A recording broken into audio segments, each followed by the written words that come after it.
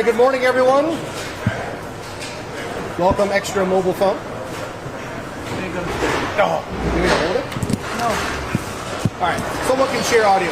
Good morning, everyone. Welcome. Thank you so much for coming out this Monday morning. My name is Jason Viana. I'm the Executive Director of The Open Door. The Open Door, if you are unfamiliar, we are a food shelf. We're right here in Dakota County. Each and every month, we help more than 20,000 people in our community. We do that out of this building here in Eagan, where folks with transportation come. We also have one of the largest mobile food programs in the state of Minnesota. In the suburbs, we make food available in more than 30 locations around our community. So before this shutdown began, we were already helping about 30% more people than we were last year. We have made room for more because we have, with all the relief that's been given to the hunger relief system over the last several years, food shelves like ours are doing remarkable work. We are closer than we've ever been to meeting the need, but this shutdown and reducing benefits that are available to our clients are absolutely a step back that are going to be felt in households across the state of Minnesota. I will tell you that in our footprint, we have heard increased concern, anxiety from our families, and we are seeing more families than we've seen since 2020. If you aren't familiar with the difference in the Open Door, we are a food shelf. We work directly with the community. There are over 500 in the state of Minnesota. Food banks like Second Harvest and the Food Group help support our work directly. This is a time for anyone in our community that cares about our neighbors to take action. I will tell you that we are preparing to announce this week additional distributions to support around 500 extra families every week. Our volunteers, of which we have 80 to 100 a day, are wonderful. They work hard. Our community works hard, but I'm going to tell you, all the work and care of our community is not enough to solve an absolutely solvable crisis. On behalf of the clients and volunteers of the Open Door, I urge our elected representatives, especially at the federal level, come together, be adults, and do your job. These impacts are real. I'm grateful to have the governor here to share his thoughts, and I will turn it over to him now. Thanks, Jason. Governor. Well, good morning, everyone. Jason, thank you to everyone here at Open Door. Thank you to Rachel and the Food Group. You're going to hear from Commissioner Brown for Children, Youth, and Family. You're going to hear there's legislators up here, mayors, and 1,000 volunteers that'll come through here and work at any given time on these shifts to make sure that their neighbors have enough food. It is not a privilege to have food. It's a human right to have food. And in the most abundant food supply of any country on earth in the United States, and us being at the heart of that heartland of food production, it's absolutely unnecessary for people to go hungry. And we have made an effort. We as Minnesotans have made a concerted effort to make sure that food security is a priority, whether it's breakfast and lunch for all of our children, whether it's increasing the child tax credit to make sure they have that, increasing MFIB, and making sure that we're able to deliver it as quickly as possible. The network of folks who work in food security is nothing short of amazing across this state. And be very, very clear, I had some statistics here for you that maybe 9 million visits a year in Minnesota. We have over 440,000 Minnesotans needing SNAP benefits. And just so those folks out there who want to get a Grinchy heart on or something, 38% of them are children and 18% are seniors. And so just to be very clear, this is across every geographic aspect of Minnesota, in fact, disproportionately in greater Minnesota. And these are benefits that allow people to be able to feed their family and go on with their life with that little bit of extra. So I'm here to say thank you to all the people who work on this. I'm here to say thank you for the folks who make this system work. And I'm here along with Jason to encourage folks to get back together. We're here today to announce we're using our contingency accounts to add $4 million to the food banks across Minnesota. This will be a bridge. I want to be very clear. It will not make up and backfill everything that is going to drop off starting on Saturday. We do not have that capacity. But I would say again, we put out about $74 million a month in SNAP benefits, just so you know the scope and the scale of this. Those are Minnesota tax dollars that went to the federal government. Again, one of a handful of states that pays more in than we get back. I want to be very clear. USDA, during this shutdown, has contingency funds that they could release just like us. They are choosing not to. They are choosing not to. And I can paint any damn picture you want for you. They're paying contractors to tear down the East Wing, but they're not putting money into the food bank that they're setting on. So if there's a sense of frustration in America, it's very real. And usually we start to do these things as we get nearer to Thanksgiving and we start to bring it to attention. We don't need a holiday to tell you that food insecurity is real, that the system that we've developed keeps people out of poverty, keeps them out of hunger, improves their quality of life, improves their health, and lets them participate in our society. And when this risk comes, it puts a lot of children, a lot of seniors, and a lot of folks with disabilities at risk by a choice. They are choosing not to fund these programs. They are choosing to prioritize. And when the White House press secretary said the top priority is the ballroom, we could not disagree more. Our top priority is the well-being of the Minnesotans, especially around food security, home heating assistance, and the things that we know Minnesota does really well. So I'm here to say thank you to all these volunteers, to make the note that we're putting this money in that was bridge us, but the solution to this is, one, end the shutdown and go back to work. Two, quit scapegoating people who are hungry and making up stories that are not true, and do your job. Because I'm a little bit irritated, and I'll just say it. When I was in Congress, there was a government shutdown. I donated my check to the Open Door in Rochester. I would make a challenge to some folks. If you're getting paid and folks are going hungry, something's wrong. So end this thing now. Minnesotans know and care. The number of volunteers across this state is nothing short of just inspiring, and I'm just incredibly grateful. So Jason, Open Door, thanks for having us. To the network of folks who make this happen, to the mayors, to the representatives who have funded consistently food programs in Minnesota to make sure that our children have what they need. And we know when you do that, it translates into less truancy, it translates into higher graduation rates, it translates into healthier human beings who are then able to contribute. It just makes sense, especially when you know and you see that food over there. About half the food in this country goes to waste when it's expired. These folks here are making sure that that does not happen and we get it to people. So really grateful. I'm going to turn it over now to the Commissioner of Children, Youth, and Family, Tiki Brown. Thank you, Governor. All right. Hello, everybody. Tiki Brown, Commissioner for the Department of Children, Youth, and Families. So for many Minnesotans, the $6 a day that they receive in SNAP is the difference between going hungry or just getting by. As you heard today, we know people are incredibly worried about what will happen to their November benefits, and we know how vital these benefits are.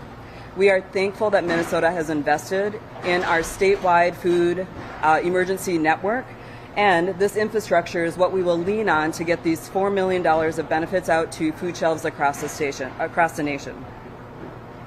So we have $4 million that will be distributed to the food group. We're incredibly grateful for their partnership. They will distribute these funds to the 300 food shelves across the state. We will utilize the existing Minnesota Food Shelf Funding program that we have, which allows for the buying of nutritious foods and the use of these funding to be used for transportation from the food banks to the food shelves.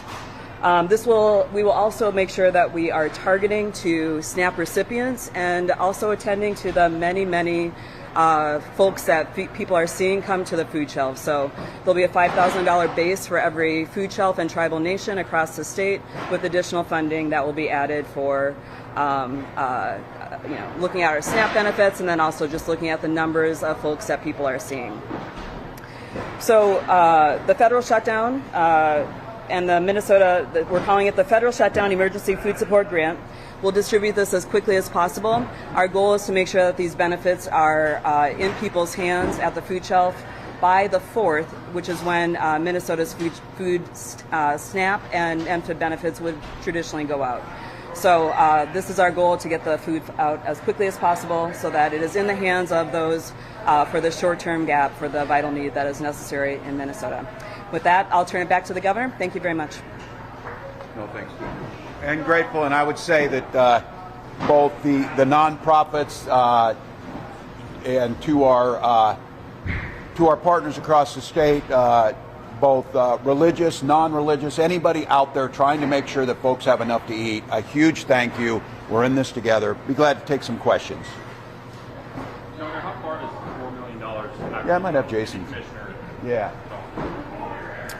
$4 million helps. Remember that $4 million gets divided up amongst food shelves, so it'll absolutely be enough to help for a small period of time, but it won't make us whole for the impact of this shutdown, especially if it continues to linger.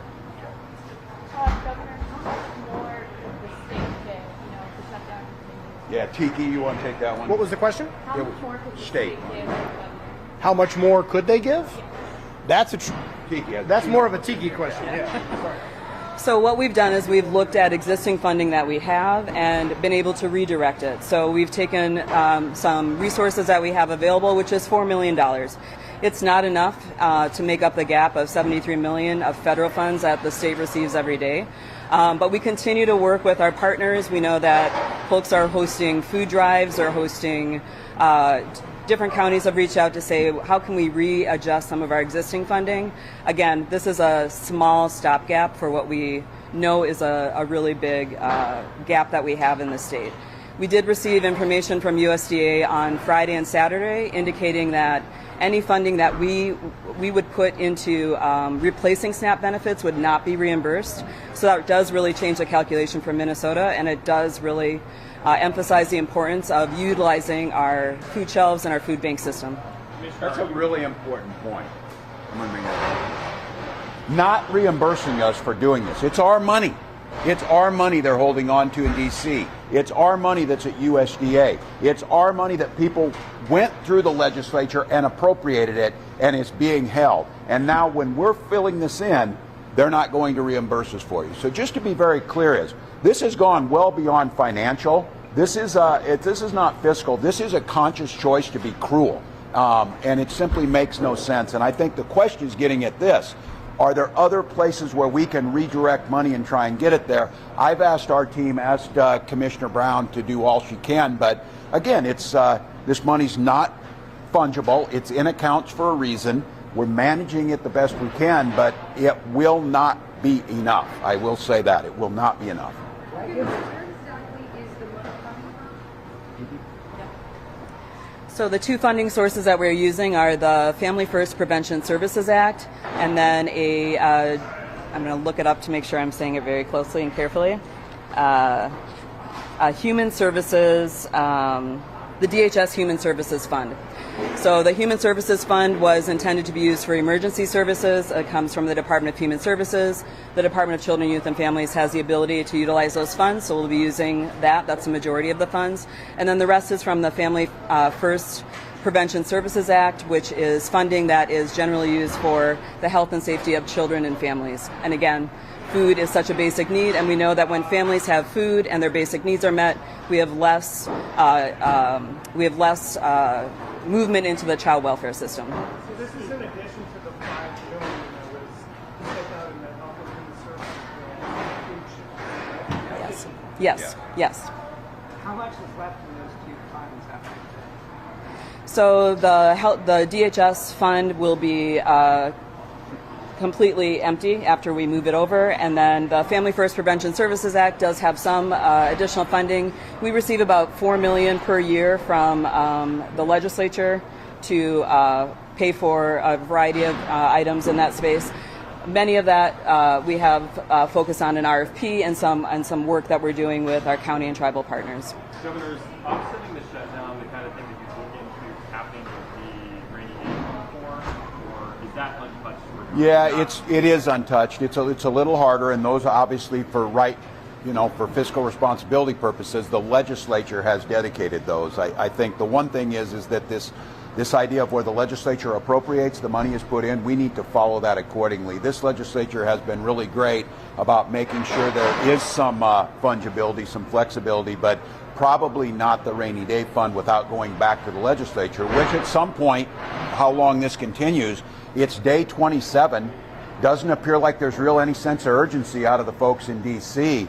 As this continues to go on, it will become much more of a crisis. And it may not feel like a crisis to some folks if you're not depending on all these different services, but it will eventually all start to come home. So we'll see how long this goes on, but it would be one where we would go back to our legislative partners and try and get some assistance. Governor, to that point, what capacity does the state have to help out if this drags on, say, for another month? Yeah, it becomes harder. The ability of the state, the question to be able to backfill in a shutdown becomes harder and harder because we don't get our reimbursements. And then the decision that you heard Commissioner Brown say is we go ahead and give it. We have to be very cautious about once we spend it, there's no reimbursement coming back from the federal government because our responsibility to balance the budget and be accountable for that. So the states can do, and Minnesota, as I think we all know, probably the most generous of the states, we've got some ability to protect our people. But I think some of you saw it today. The LIHEAP, the heating assistance, doesn't apply to propane users, doesn't apply for some of our heating oil users. So those folks are going to be left out there with no heating assistance coming, and they're not protected by the no shutoff rule. So we're concerned about that, trying to figure it out. But I think the biggest thing is we have a federal system that we're all in it together, that we help other states when they need it. But we have a situation where they are trying to divide us amongst ourselves. They're trying to provide specific aid to states that they like at the moment, which is absolutely unconscionable. We would, and the state of Minnesota would do whatever we could to help folks, whether they're in Texas or whether they're in Iowa or whether they're in Massachusetts. States being left on their own is an untenable situation. We either that or give us our money back. Give us our federal money back and we'll deal with it. Is there a point in this shutdown? Congress to get back to work. Yes. Does that include Democrats, and do you think it's time for them to compromise to reopen the government? Republicans have the presidency, Republicans have the Senate, and Republicans have the House of Representatives. President Trump has said if there's ever a shutdown, it belongs to the president. So no, I'm not going to take the frame on this. The Democrats are there making sure when they open up, they don't give tax cuts to the wealthiest or build a damn ballroom, that they don't cut the subsidies, the enhanced subsidies to the ACA, that you already saw what would happen to a family making $80,000 a year. So the responsibility is amongst the Republicans to recognize that the American people are not with them on this issue. They're not with them on the cuts. And Democrats have said all along, we would be glad to come back, but you need to make sure you're protecting the subsidies around the ACA because that's where the vast majority of Americans want. So this is not a both sidesism. This is owned by the Republicans. It is owned by their ability to want to have anything their way. They've got a president that is pulling money back that was appropriated by the legislature, which these legislators, I know, I'm glad they are, would be horrified by that idea, giving up their authority as an independent branch. So I know Democrats are ready to go. I know they're ready to come back and do this. They're ready to come back and protect things that had passed the legislature. They are not willing to come back and let an authoritarian president do whatever he wants. The people are going to be lined up out here to get food, and we're talking about a damn ballroom. Don't lose the plot. Don't lose the plot of what's going on here. Is there a point in this shutdown? Sure. Is there a point in this shutdown where you would call a special session of the legislature to deal with the impacts that are happening in Minnesota right now? Well, and we said that early last year, that if that happened or if things came to that or what was going to happen because of the tariffs, I think it's always a possibility, but I think all of us are witnessing on something that is overwhelmingly supported by the public. We can't get the Republican legislators to agree to come back and have an honest debate around gun violence. So I think this one would be even more difficult maybe to have them come back and have a debate about a federal government that has left states short and we need to do some help. But I think you have to leave it open because I am deeply concerned that the most vulnerable amongst us, as it always is, are going to feel this first. And they're going to feel it starting Saturday. Governor, how long do you think Democrats should hold on to the ACA exception? As long as it takes. Because the public's not with them. The public's not with the Republicans on this. They created this. This is a totally man-made catastrophe. And to give in now, so we have a shutdown, we lose all our funding, and we had a 56% increase to people's health care because they decided this. I remind everyone, it was on that escalator in 2015 that Donald Trump said health care is easy and I will fix it on day one. Where's the plan? Where's the plan? You know where the plan is? It's the ACA that brought down costs for people, that got rid of pre-existing condition barriers, that made sure our children had access to mental health care, all of the things necessary. So this is one you can't lose. You have to push back on it, or we lose all of the gains that we've made as a country. What about how did the state kind of get the decline in sexual assault allegations at Minnesota prisons last year in a recent DOC report? I am not familiar with the report right now. I've not gone through it. We'll check with you on it. Yes? Did you respond to known visits and kind of her alleging that you did not cooperate? Well, that's untrue. I have sat in front of Congress for 8 hours and said that. I do not run ICE. She does. On her private jets. I see ads for $50,000 in student loan forgiveness if you'll join ICE. We're looking for teachers and nurses.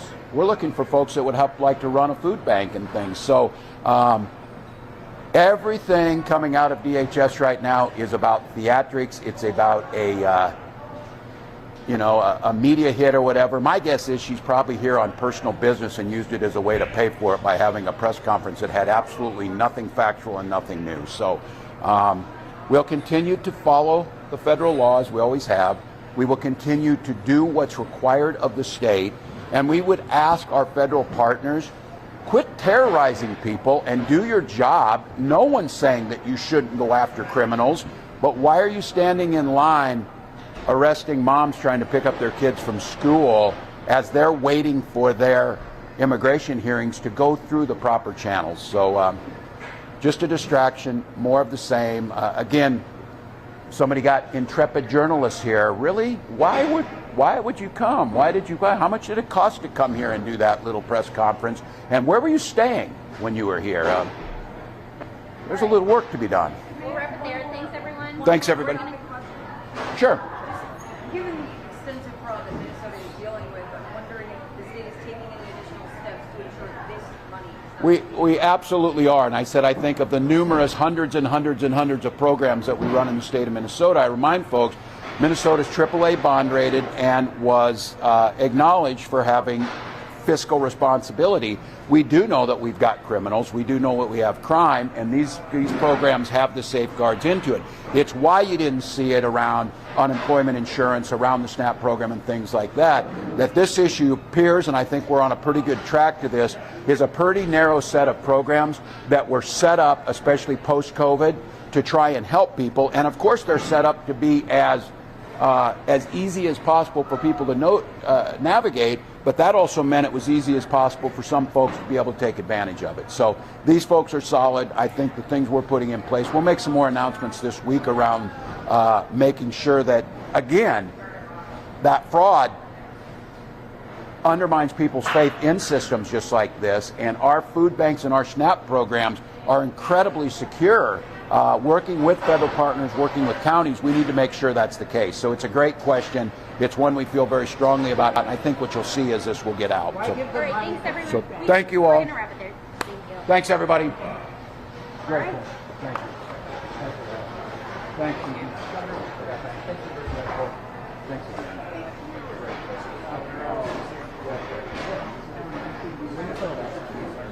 Just a reminder that they would like to get a picture.